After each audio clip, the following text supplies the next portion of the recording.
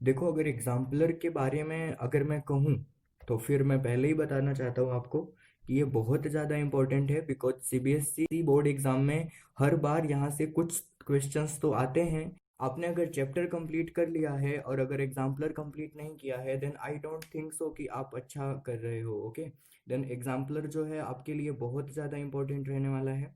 यहाँ पे मैंने चूज़ किया हुआ है NCERT exemplar, okay, class 10th के लिए। यहाँ पे मैं एक्सप्लेन करने वाला हूँ चैप्टर 1, जिसका नाम है केमिकल रिएक्शंस एंड इक्वेशंस। यहाँ पे आपको 18 एमसीक्यूज मिलेंगे, जिसमें इस वीडियो में मैं एंड करने वाला हूँ आपको ओनली 6 एमसीक्यूज।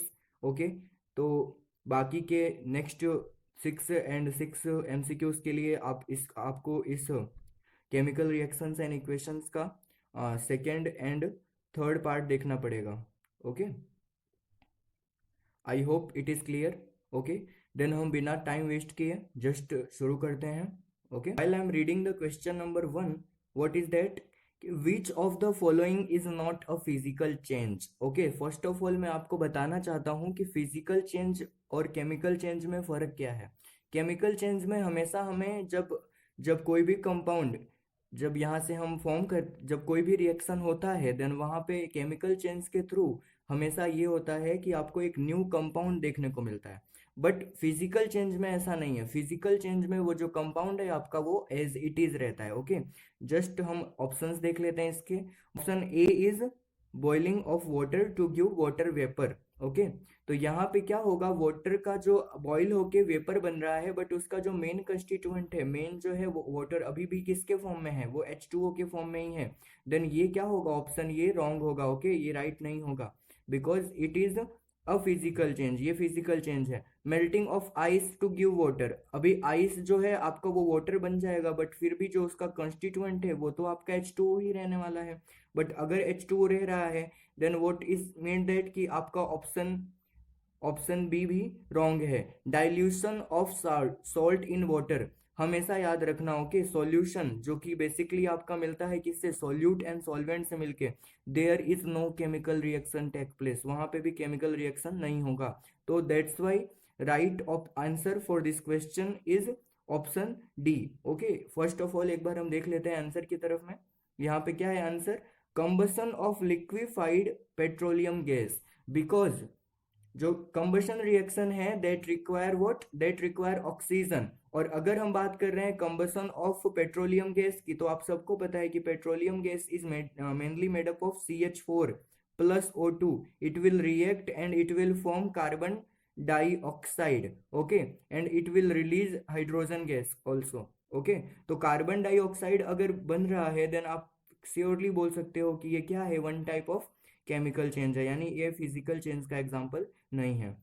तो हम चलते हैं क्वेश्चन नंबर 2 की तरफ में। Okay, here the question number 2, following reaction is example of a, यहाँ पे हमें रिएक्शन दिया हुआ है एंड उन्होंने पूछा है कि ये कौन सी रिएक्शन का एग्जाम्पल है। ओके, फर्स्ट ऑफ ऑल हम ऑल एग्जांपल्स देख लेते हैं। डिस्प्लेसमेंट रिएक्शन है, कॉम्बिनेशन रिएक्शन है, रेडॉक्स रिएक्शन है एंड न्यूट्रलाइजेशन रिएक्शन है। आई होप कि आपको सारी रिएक्शंस की डेफिनेशंस पता होगी। डिस्प्लेसमेंट रिएक्शन में चलो हम वन बाय वन चेक करते हैं डिस्प्लेसमेंट रिएक्शन है या नहीं। ओके, फर्स्ट ऑफ ऑल देख लेते हैं डिस्प्लेसमेंट रिएक्शन में क्या होता है, आपका जो रिएक्टेंस है वो आपस में रिएक्ट करते हैं एंड वो प्रोडक्ट फॉर्म करते हैं, बट वो हमेशा एक दूसरे में इंटरचेंज हो जाते हैं। फॉर एग्जांपल यहाँ पे देखो, ऑक्सीजन नाइट्रोजन के साथ रिएक्ट करता है and it will form what, it will form NO। तो ये डिस्प्लेसमेंट रिएक्शन है। ओके, यहाँ पे डिस्प्लेसमेंट हो रहा है, तो फिर ये डिस्प्लेसमेंट रिएक्शन है। ओके, यहाँ पे वापस देख सकते हो आपकी जो आपका एच हाइड्रोजन है यहाँ पे, ये भी ऑक्सीजन के साथ रिएक्ट करता है and it forms what, it forms H2O। तो यहाँ पे हाइड्रोजन का भी डिस्प्लेसमेंट हो रहा है। That's why you can say that yes it is a displacement type of reaction. Second क्या है, कॉम्बिनेशन रिएक्शन। तो कॉम्बिनेशन रिएक्शन में हमेशा आपको एक चीज याद रखनी पड़ती है, वो है कि ये कि दो रिएक्टेंट्स आपस में कंबाइन होते हैं and they will form a single substance. Okay, हमेशा दो सब्सटेंस जो है वो कंबाइन होके एक तीसरा सब्सटेंस फॉर्म करते हैं, और जब भी ऐसा होता है तभी आप ऐसा बोल सकते हो कि वो कॉम्बिनेशन रिएक्शन है। बट यहाँ पे दो रिएक्टेंस है एंड दो ही प्रोडक्ट बन रहा है, देन सिंगल प्रोडक्ट नहीं बन रहा है, तो आप ऐसा बोल सकते हो कि ये कॉम्बिनेशन रिएक्शन नहीं होगा। Redox reaction. अभी रेडॉक्स रिएक्शन क्या है कि दो चीजों पे डिपेंड करता है। रेडॉक्स रिएक्शन में आपका होता है एक तो रिडक्शन होता है एंड एक होगा आपका ऑक्सीडेशन। ओके, तो हम देख लेते हैं यहाँ पे रिडक्शन एंड ऑक्सीडेशन अगर हो रहा होगा देन ये रेडॉक्स का टाइप है। तो सबसे पहले रिडक्शन की बात करते हैं। रिडक्शन में क्या होता है आपका कि रिडक्शन में क्या होता है आपका कि जब हाइड्रोजन ऐड होगा या फिर ऑक्सीजन लूज होगा उस प्रोसेस को हम बोलते हैं रिडक्शन। तो हम देख लेते हैं यहाँ पे NH3, यहाँ पे नाइट्रोजन अमोनिया के फॉर्म में था, बट यहाँ पे अगर देखते हो आप तो यहाँ पे ऑक्सीजन ऐड हुआ है। Then you can say that, okay, you can say that कि यहाँ पे नाइट्रोजन का क्या हुआ है, ऑक्सीडेशन। तो यहाँ पे ऑक्सीडेशन हो रहा है। ओके, देन अदरवाइज दूसरी दूसरी प्रोसेस में देखते हैं, एडिशन ऑफ हाइड्रोजन को हम बोलते हैं रिडक्शन। ओके, तो अगर एडिशन ऑफ हाइड्रोजन हो रहा है देन ये रिडक्शन भी होगा यहाँ पे। देन हम सेकेंड रिएक्शन की तरफ अगर देखें तो यहाँ पे ऑक्सीजन की बात कर लेता हूँ मैं। ऑक्सीजन यहाँ पे O2 के फॉर्म में था, बट आफ्टर द रिएक्शन अगर आप देखो तो यहाँ पे क्या बना है आपका H2O, और H2O है इट मीन्स हाइड्रोजन यहाँ पे क्या हुआ, ऐड हुआ है एंड एडिशन ऑफ हाइड्रोजन हुआ है। That's why you can say that कि यहाँ पे रिडक्शन हुआ है। That's why it is a type of redox reaction. Yes, यहाँ पे रिडक्शन और ऑक्सीडेशन दोनों ही हो रहा है। That's why it is type of redox reaction. अब देखते हैं न्यूट्रलाइजेशन रिएक्शन होता है कि नहीं। तो न्यूट्रलाइजेशन रिएक्शन बेसिकली क्या होता है, acid and base. Acid and base, अगर दो दो कंपाउंड आपस में रिएक्शन करते हैं तो आपको मिलता है सॉल्ट प्लस वाटर, और जैसा अगर ऐसा होता है तभी आप बोल सकते हो कि न्यूट्रलाइजेशन रिएक्शन हो रहा है। बट यहाँ पे ये तो आप बोल सकते हो कि अमोनिया इज बेस, यहाँ पे बेस तो है बट ऑक्सीजन है, इधर एसिड नहीं है। एसिड नहीं है, वाटर भी बना है बट NO एक सॉल्ट नहीं है। ओके, तो that's why you can say that कि यहाँ पे न्यूट्रलाइजेशन रिएक्शन नहीं होगा। तो समझ में आ गया आपको, यहाँ पे अपर गिवन रिएक्शन में आपका क्या हो रहा है, एक तो हो रहा है डिस्प्लेसमेंट रिएक्शन और एक हो रहा है रेडॉक्स रिएक्शन। ओके, तो हम ऑप्शन की तरफ में देख लेते हैं एक बार। ऑप्शन है यहाँ पे A B and C D। ए में है ऑप्शन फर्स्ट एंड फोर्थ। तो हमारा क्या क्या राइट था, एक तो ये राइट था डिस्प्लेसमेंट, एक था रेडॉक्स था। तो फिर फर्स्ट एंड थर्ड राइट है। First right answer is option C. Okay, तो ये आपको ध्यान देना है यहाँ पे ऑप्शन सी में क्या है, फर्स्ट एंड थर्ड। तो आपका ये डिस्प्लेसमेंट हो रहा था एंड रेडॉक्स भी हो रहा था। तो that's why you can say that कि यहाँ पे न्यूट्रलाइजेशन रिएक्शन जो है वो नहीं होगा, डिस्प्लेसमेंट कॉम्बिनेशन नहीं होगा। That's why right answer for this question is option C. Okay, next question की तरफ हम चलते हैं। Next question is that which of the following statement is given reaction are correct. Okay, कौन सा रिएक्शन इसमें सही है। ओके, ध्यान से देखते हैं। आयरन रिएक्ट कर रहा है यहाँ पे वाटर के साथ में and it forms Fe3O4 and hydrogen gas release हो रहा है। फर्स्ट स्टेटमेंट दिया हुआ है कि iron metal is getting oxidised. Okay, तो सबसे पहले हम देख लेते हैं कि यहाँ पे ऑप्शन है, यहाँ पे इधर दिए हुए हैं इधर। तो हम देख लेते हैं आयरन मेटल का ऑक्सीडेशन हो रहा है कि नहीं हो रहा है।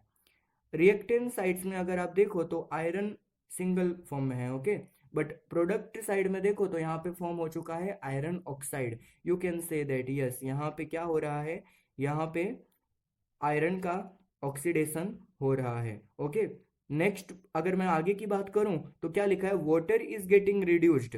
वाटर का रिडक्शन इट मीन्स व्हाट, कि वाटर का रिडक्शन इट मीन्स ऑक्सीजन दूर जाना। ऑक्सीजन अगर इससे दूर जा रहा है तो क्या होगा, वाटर का रिडक्शन होगा। You can C over here, यहाँ पे क्या हुआ है, पहले वो ऑक्सीजन था वाटर के साथ में but here only hydrogen is there. Okay, तो that's why you can say that कि ऑप्शन ऑप्शन बी जो है आपका, वो भी ऑप्शन सेकेंड जो है वो भी राइट है, वाटर का यहाँ पे रिडक्शन हो रहा है। ओके, तो यहाँ पे क्या लिखा है, water is acting as reducing agent. Okay, ये फंडा बहुत पहले से क्लियर होना चाहिए आपका।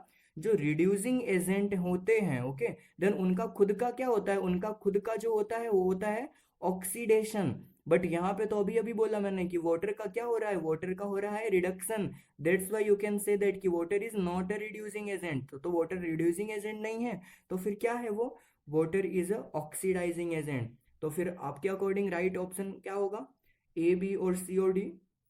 Check it now, first second and fourth कहाँ पे है आपका, देख लीजिए आप, first second and fourth option C is correct. Okay, हम आंसर देख लेते हैं।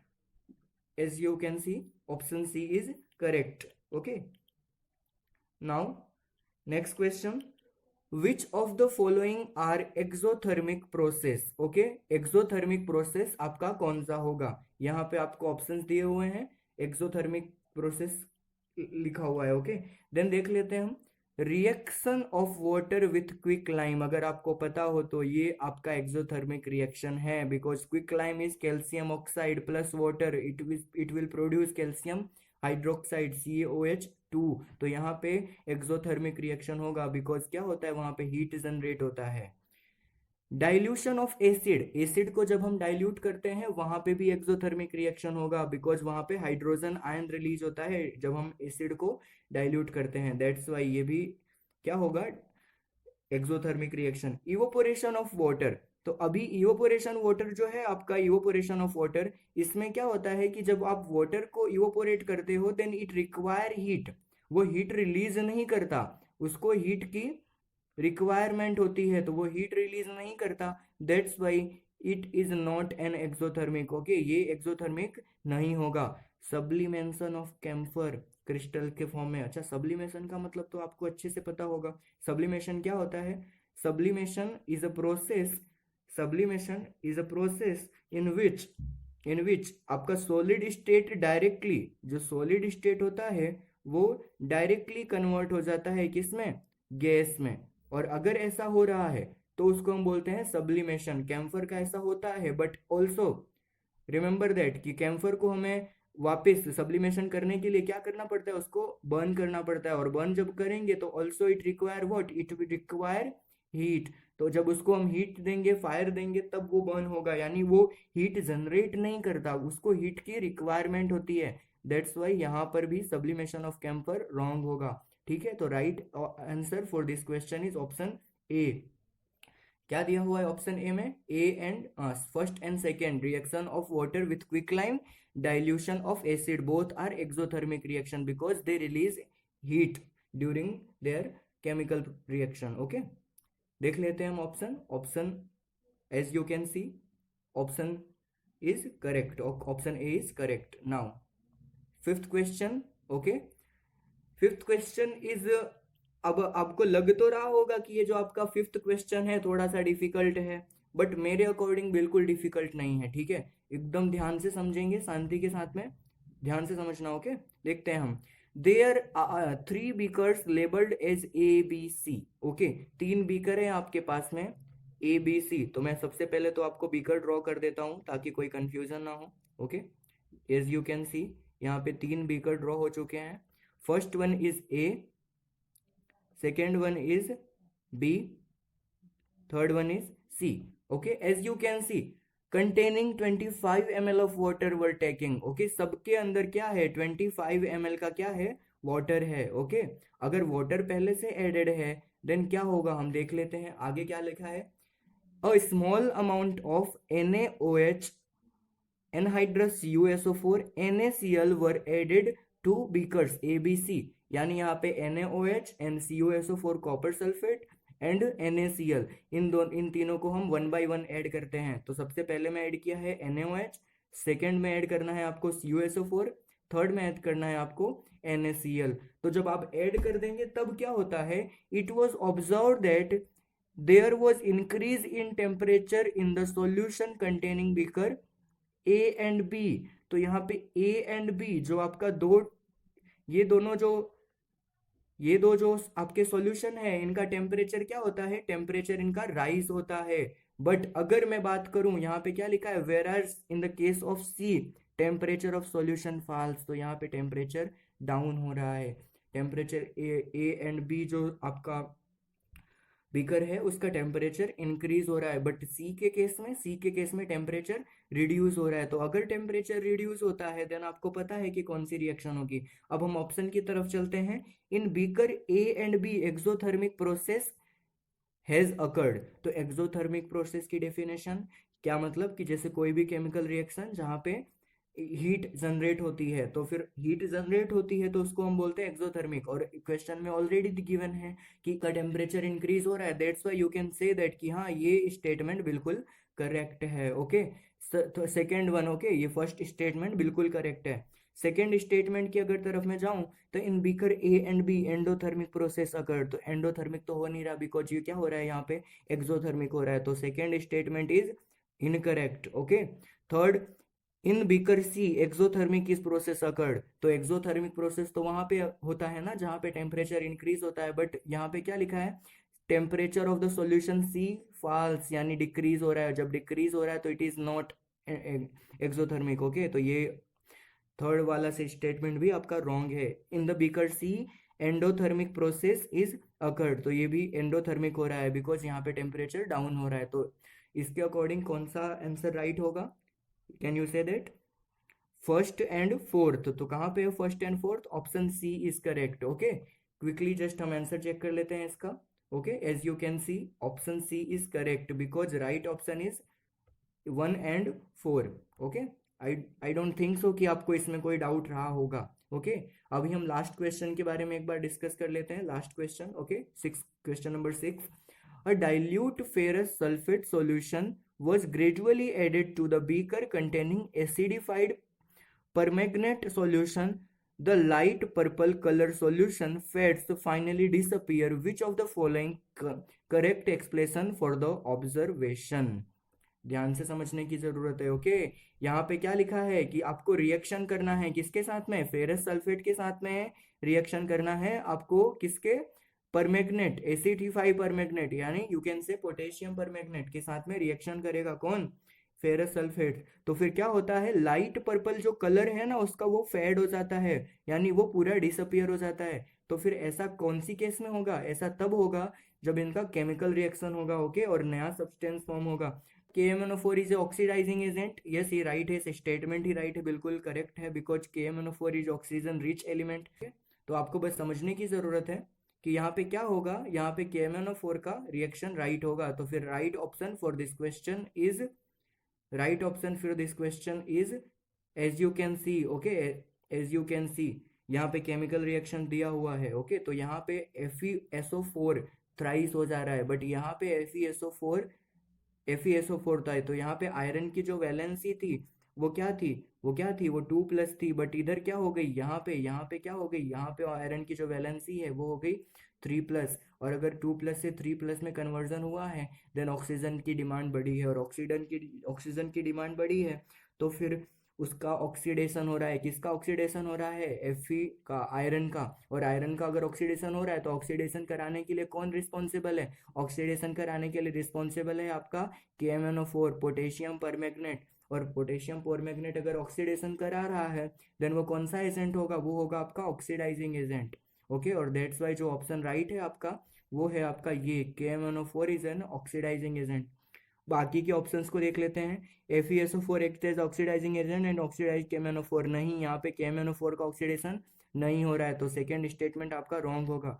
The colour disappear due to the dilation of reaction involve, कभी भी डाइल्यूशन के साथ में कलर चेंज नहीं होता है, ठीक है, डाइल्यूशन के साथ में कलर चेंज नहीं होगा बिकॉज केमिकल रिएक्शंस की वजह से न्यू कंपाउंड फॉर्म होते हैं, तो उसकी वजह से हमेशा कलर चेंज होगा, always remember that. Okay, KMnO4 is an unstable compound and it decomposes in the pressure of FeSO4, a colorless compound। तो ऐसा भी नहीं हो सकता बिकॉज KMnO4 का डिकम्पोजिशन नहीं हो रहा है, यहाँ पे KMnO4 जो था वो अभी भी KMnO4 जो था उसका डिकम्पोजिशन नहीं हो रहा, उसका हो रहा है डिस्प्लेसमेंट रिएक्शन। ओके, वो डिवाइड नहीं हो रहा है दो पार्ट में, तो फिर दैट्स वाई आपका जो आंसर नंबर सी है it is correct answer. Okay, तो फिर वीडियो पूरा कंप्लीट देखने के लिए थैंक यू, और मैं सजेस्ट करूंगा कि आप इन सारे आंसर्स को एक बार अपनी नोटबुक में लिखें एंड एक बार इसको समझें, बिकॉज ये बोर्ड के लिए बहुत इंपॉर्टेंट है, एग्जाम्पलर सॉल्यूशन है ये। नेक्स्ट वीडियो में मैं डिस्कस करने वाला हूँ आंसर क्वेश्चन नंबर 7 से लेकर के क्वेश्चन नंबर 12 तक के। Okay, thank you for watching the video, stay tuned.